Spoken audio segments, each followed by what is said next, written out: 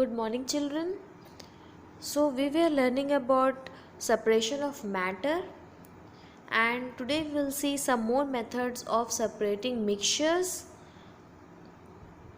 And our first method of separating mixture is filtration. For this, filtration method plays an important role, and it is used to clean water sometimes and in filters also.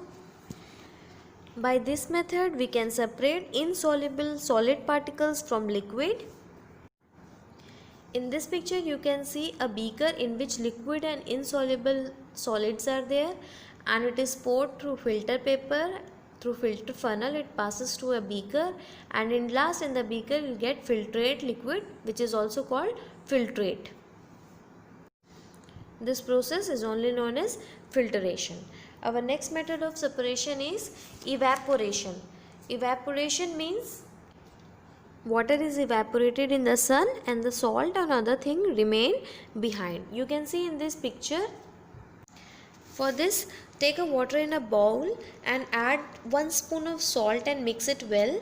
Put the bowl on a wire gauge over a tripod stand. Now heat it using a spirit lamp. While heating, stir the solution with the help of a spoon. Heat till the water in the bowl disappears in the form of vapor. The substance left in the bowl is salt. This is only called evaporation. Common salt is obtained from seawater in large scale by using this method only. Okay. Our next method of separation is distillation.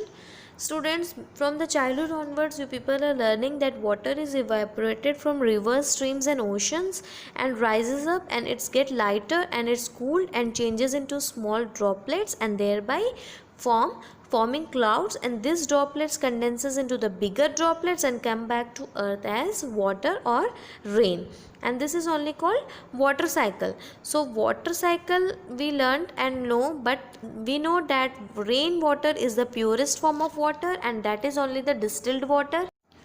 So distillation is the separation of constituents of a liquid mixture by evaporization and then again condensing the vapor into liquid.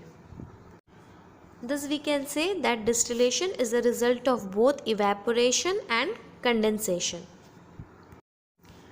Now in this picture you are seeing a proclaim bowl in which a mixture of common salt and ammonium chloride is there, and it is kept inverted in a funnel over the mixture. Now close the open end of the funnel with cotton and heat.